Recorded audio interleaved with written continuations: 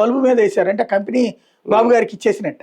అది కానీ ప్రచారం ఏమని చేశారు, ఇదేమో బాబు గారు ఇస్తున్నారు కాబట్టి, అవును అదేమో నువ్వెవడు ఇవ్వడానికి అన్నట్టు. కరెక్టే, ఇవ్వడానికి ఆ ఫోటోలు వేయడం మనము తప్పడతాం, కానీ అది ఎట్లా ఎంత నమ్మగించగలిగారు? అది వస్తుగా జగన్ ఓటమిలో అతిపెద్ద కీలకమైంది పల్లె ప్రాంతాలు అదే కారణమైంది.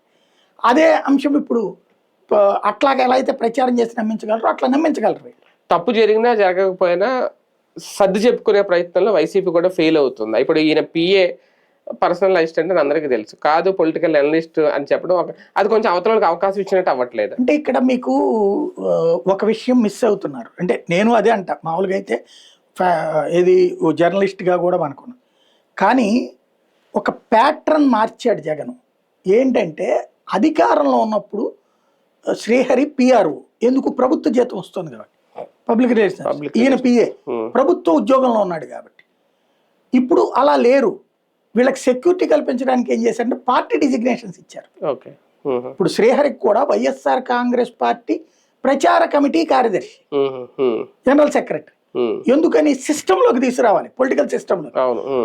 అడిషనల్ గా డబ్బులు ఇచ్చేటటువంటి కాన్సెప్ట్ కాదు, సిస్టమ్ ద్వారా పే చేస్తారు. అలాంటి డిజిగ్నేషన్ వీళ్ళు చెప్పేది. పిఏగా ఉన్నది ఎలక్షన్స్ కి ముందు యాజ్ సీఎం పిఏ, ఇప్పుడు ఈ టైప్. ఇది మామూలుగా అయితే కనుక మనమైనా ఎటకారం చేస్తాం, నేనైనా ఒక సామాన్యంగా